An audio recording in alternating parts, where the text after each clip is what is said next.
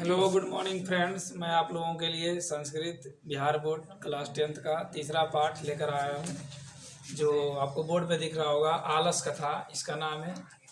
और ये जैसा कि कहानी के नाम से ये स्पष्ट है कि इसमें आलसियों की कथा का वर्णन है। और इसके लेखक मैथिली कोकिल कवि के नाम से प्रसिद्ध कवि विद्यापति जी हैं।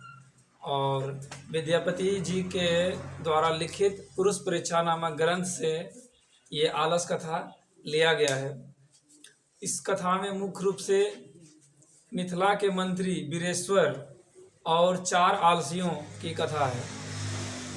इस कथा में मनुष्य के आलस नामक दोष का वर्णन किया गया है और उसके क्या परिणाम होते हैं उनके बारे में भी कुछ बताया गया है। तो इस तरीक़ा से मैं इसको अब शुरू कर रहा हूँ, तो आप जल्दी से लाइव आ जाइए। और यहाँ पे एक पहला लाइन ही है आपके बुक का, अयम पाठा विद्यापति कृतस्य कथा ग्रंथस्य पुरुष परीक्षे नेति नामक अंश विशेषो वर्तते। करा अयम पाठा, यह पाठ जो है विद्यापति कृत, विद्यापति द्वारा कथा ग्रंथ, किस कथा ग्रंथ से, तो पुरुष परीक्षा नामक ग्रंथ का ये अंश विशेष है।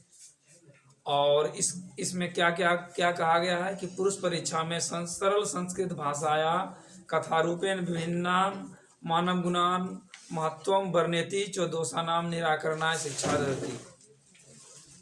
पुरुष परीक्षा जो है सरल संस्कृत भाषा में कथा के रूप में मानव के विभिन्न गुणों का वर्णन और उनके दोषों का निराकरण का ये शिक्षा देता है।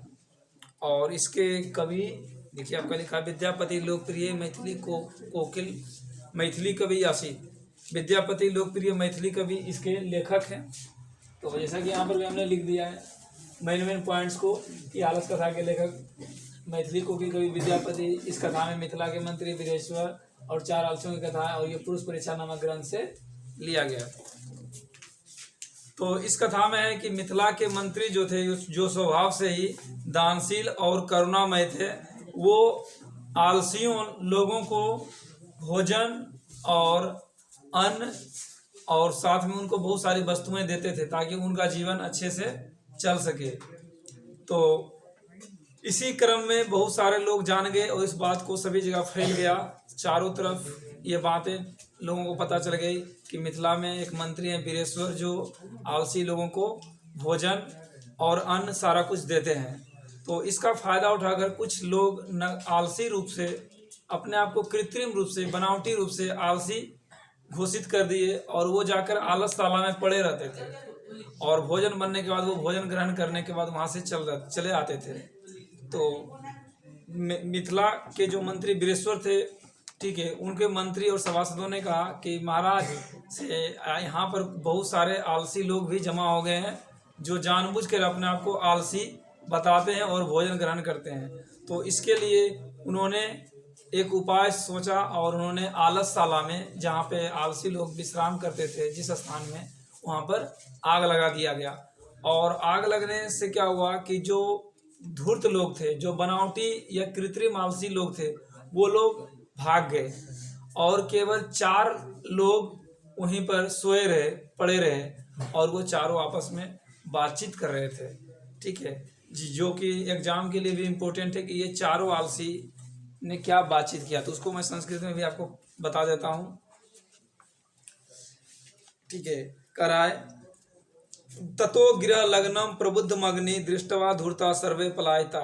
ततो, तब क्या होता है कि गृह लग्न में लगने के बाद सभी धूर्त लोग इसे देखकर क्या करते हैं, पलायन कर जाते हैं, भाग जाते हैं। पाश्चात दिल दलसा अपि पलायता चत्वार पुरुषा अस्त्रे सुप्ता परस्पर मलंती। और इसके बाद सभी पुरुष भाग जाते हैं और 4 पुरुष वहां पे परस्पर वार्तालाप करने लगते हैं। एकेन वस्त्रावृत मुखो नुक्तम, एक अपने मुख से बोलता है कि अहो कथमय कोलाहलम, अहो सुनो क्यों कोलाहल हो रहा है। तो द्वितीय बोलता है तर्कयते यदि अस्मिन गृह लग्नो अस्ति, बोलता है कि यहाँ पर आग लग गई है। तो तृतीय आलसी ने बोला कि कोईपी तथा धार्मिको नास्ति इयम इदानी जल द्रवो शोभी कर्टेशमान प्राणवृत्ति। तो तीसरे आलसी ने कहा कि कोई धार्मिक आदमी है जो जल को छिड़क कर हमारी जान को बचाए। तो चौथे ने बोला, अरे अये वाचालो कति वचनानी वक्तु सुनता दृष्टि कथम न तिष्ठता। अरे वाचालो, अरे बोलने वाले, काती वचनानी, तुम्हारे वचन को कोई सुन भी रहा है या ऐसे ही तुम लोग बोल रहे हो। तो चारों आलसी आपस में इसी तरीके से बातचीत करते रहे और वो नहीं निकले।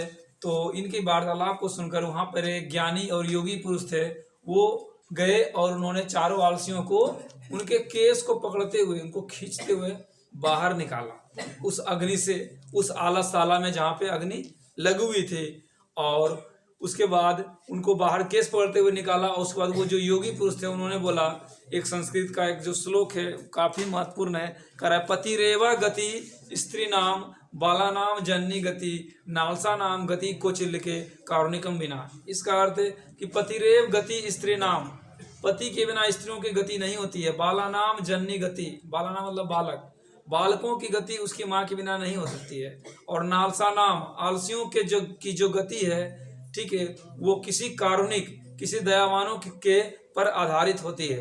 अर्थात कह रहा है कि स्त्रियों का जीवन पति से और बालकों का जीवन उसकी माता से और आलसियों का जीवन कारुणिकों के द्वारा चलता है। उसके बाद आखिरी लाइन जो आपको दिख रहा होगा, पश्चातेषु चतुर्सलेषु तत्तो अधिकारम वस्तु मंत्री दापाय मास। उसके बाद क्या होता है कि वो चारों आलसियों को, जो मिथिला के मंत्री थे, उन्होंने बहुत सारी वस्तुएं दी और उनको पहले से ज्यादा सम्मान दे करके उनको विदा किया गया। तो इस तरीका से ये चैप्टर आपका समाप्त हो जाता है। और इसमें बहुत सारे ऑब्जेक्टिव क्वेश्चंस हैं और कुछ शॉर्ट क्वेश्चंस भी हैं, तो उसको भी मैं आपको बताना चाहूँगा। तो ऑब्जेक्टिव क्वेश्चंस में जैसे आपका हो गया कि मैथिली भाषा के कवि कौन थे, तो आपको स्पष्ट ही दिख रहा है कि मैथिली भाषा के कवि विद्यापति थे। आलस कथा कहाँ से लिया गया, तो आप बोल सकते हो पुरुष परीक्षा नामक ग्रंथ से लिया गया। ठीक है, आलसशाला में आग क्यों लगाई गई, तो आलसशाला में आग इसलिए लगाई गई, आलसशाला में आग लगाई गई आलसियों की परीक्षा के लिए। ठीक है, आलसशाला में, ठीक है, आलसशाला में आग कब लगाई गई, जब सभी लोग क्या कर रहे थे, आलसशाला में विश्राम कर रहे थे।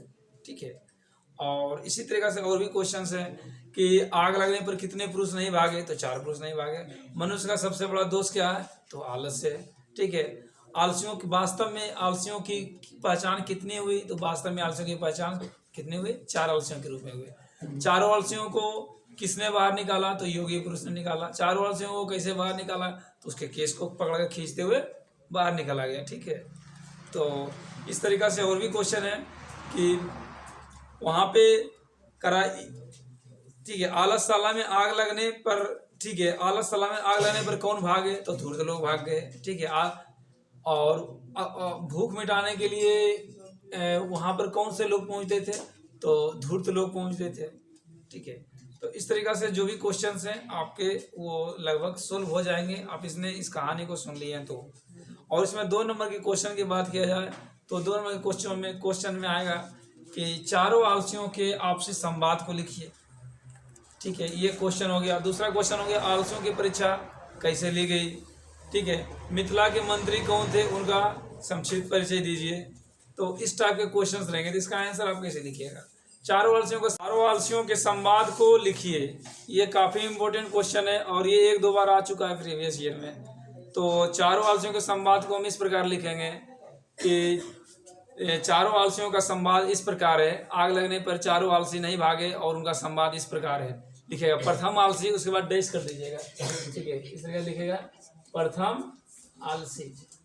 ठीक है, उसके बाद यहाँ पे तीर का निशान बना लीजिएगा, फिर द्वितीय आलसी, तृतीय आलसी, चतुर्थ आलसी। तो प्रथम आलसी के बाद आप लिखिएगा कि अहो कथमय कोलाहलम, इसका अर्थ है कि सुनो। ठीक है, क्यों कोलाहल हो रहा है, क्यों हल्ला हो रहा है। तो दूसरे आलसी ने बोला, फिर दूसरे आलसी लिख के डैश कर दीजिएगा कि ये लगता है यहाँ पे आग लगी है। तो तीसरे ने बोलता है कि कोई धार्मिक आदमी है जो जल द्रव छिड़क करके हमारी जान को बचाए। और चौथे बोलता है कि अरे बचा लो, अरे बोलने वाले, तुम लोग ऐसे बकबक कर रहे हो, तुम्हारी आवाज़ कोई सुन भी रहा है या नहीं सुन रहा है। तो इस तरीका से चारों आलसियों का संवाद हो गया कंप्लीट। क्वेश्चन 2 ही नंबर का रहेगा, तो खूब लंबा आंसर लिखने से हमें कोई फायदा नहीं है। बस मेन बात को आपको लिखना है। आलसियों की परीक्षा कैसे ली गई, तो लिखेगा कि आलसियों की परीक्षा लेने के लिए योगी पुरुष ने एक उपाय सोचा और उन्होंने आलसशाला में एक दिन आग लगा दिया। जब सभी आलसी भोजन के इंतजार में आराम कर रहे थे, सो रहे थे, तो आग लगने पर सब धूर्त लोग भाग गए और केवल 4 आलसी लोग वहीं पर रुक गए। इस प्रकार आलसियों की पहचान हो गई। ठीक है। उसके बाद अगला क्वेश्चन रहेगा कि मिथिला के मंत्री कौन थे, उनका संक्षिप्त परिचय दीजिए। तो आप बोलिएगा मिथिला के मंत्री वीरेश्वर थे, जो स्वभाव से दानशील और करुणामय थे, जो आलसी लोगों को भोजन देते थे और उसके बाद उन्हें अन्न और वस्त्र दान भी दिया करते थे। इस प्रकार से ये जो इम्पोर्टेंट क्वेश्चन था वो मैंने आपको ऑब्जेक्टिव और शॉर्ट क्वेश्चन दोनों बता दिया। इसके अलावा बुक में आप देखिएगा कुछ संधि विच्छेद का क्वेश्चन भी रहता है। ठीक है। तो कुछ संधि विच्छेद का क्वेश्चन है वो बुक से भी पूछा जाता है और ग्रामर से भी पूछा जाता है। तो बुक से भी पूछा जाता है संधि विच्छेद, तो वो भी ग्रामर का ही पार्ट माना जाता है। लेकिन बुक में कुछ है जिसको मैं आपको बता देना चाहूँगा, इम्पोर्टेंट है मेरे विचार से। जैसे आपको दिख रहा होगा पेज नंबर 19 पे विद्यापति राशित, तो इसका हम अगर संधि विच्छेद करेंगे तो विद्यापति जोड़ आशित। उसके बाद आपको सबसे लास्ट में देखिएगा तो पश्चात आलसा नाम, तो इसका संधि विच्छेद करेंगे तो पश्चात जोड़ आलसा नाम होगा। ठीक है। और इसके बाद आपको तन्मध्य का जो संधि विच्छेद होता है तत् जोड़ मध्य। ठीक है। और इसके अलावा और भी आपका इम्पोर्टेंट है निर्मातापि, तो निर्माता जोड़ अपि। और इसके अलावा एक पदेन उत्तरित वाले भी क्वेश्चन रहेंगे जो आप बहुत आसानी से बना लेंगे। कुछ हैं जो खाली स्थान के भरने में आपको काम आएगा, तो उसके लिए इसमें जो कुछ लाइन्स वगैरह वो सब आप देख सकते हैं। जैसे इसमें एक लास्ट में एक श्लोक दिया हुआ था कि पतिरेवा गति, तो खाली स्थान लिखल रहेगा पतिरेवा गति और खाली स्थान लिख देगा। तो वहाँ पर क्या होगा, आपको फिल इन द ब्लैंक्स करना है। तो पतिरेवा गति, तो वहाँ पर क्या भराएगा, स्त्री नाम। ठीक है। इस तरीका से होता है। या बाला नाम और डैश डैश गति, तो वहाँ पर क्या होगा, बाला नाम जननी गति। तो आपको याद रखना होगा। ठीक है। तो आपको कुछ जो श्लोक वगैरह रहेंगे उनको आप डायरेक्ट ही याद रखिएगा और ऑब्जेक्टिव क्वेश्चन में जहाँ पे भरने में रहेगा वहाँ पर ये आपको काम में आएगा। ठीक है। और एक क्वेश्चन और रहेगा जो कि हर एक कथा से बनता है कि हम कोई भी कथा सुनते हैं तो उस कथा का सारांश ये रहता है कि हमको उस कथा से क्या शिक्षा मिलती है। तो यहाँ पर भी एक ये क्वेश्चन रह सकता है एग्जाम में कि आलस कथा से हमें क्या शिक्षा मिलती है, या आलस कथा का संदेश क्या है, या आलस कथा के माध्यम से कभी क्या संदेश देना चाहते हैं। ये हर एक कथा में ये क्वेश्चन बनता है कि इस कथा का क्या संदेश है, इस कथा से हमको क्या शिक्षा मिलती है। तो आप लिखिएगा कि आलस कथा विद्यापति रचित पुरुष परीक्षा नामक ग्रंथ से लिया गया है, जिसमें कवि आलस कथा के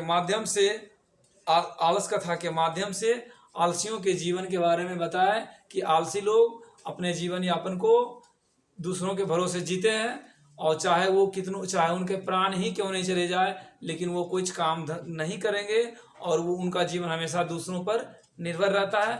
आलस मनुष्य जीवन के प्रगति का सबसे बड़ा बाधक है।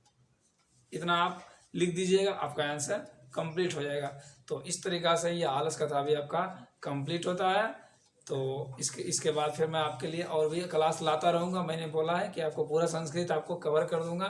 तो ये तीसरा चैप्टर इस प्रकार से आज समाप्त होता है। ओके, तो फिर मिलते हैं अगले क्लास में। बाय।